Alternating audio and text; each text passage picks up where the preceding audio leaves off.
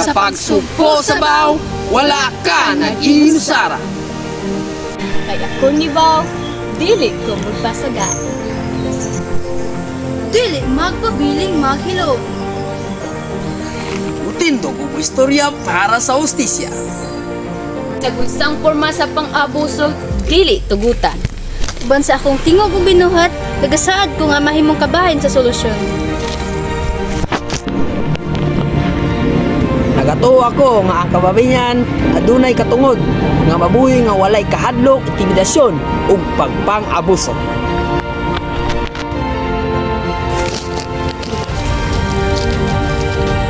Nagdapit ko sa tanang lalaki, babaye, estudyante, ginikanan, guro ug leader na magkahiusa sa pagwagtang sa bayolensya, batok sa kababahiyan. Ang kalwasan sa kababahiyan ay dili ilang responsibilidad kung dili katuan tanan. Ko nagasaad nga dili ko mutugot sa basig unsang porma bahin sa pagpanakit batok sa mga kababaihan ug mga kabatanunan. Ako motindog aron sa pagpanalipot ug pagtahon sa mga kababaihan.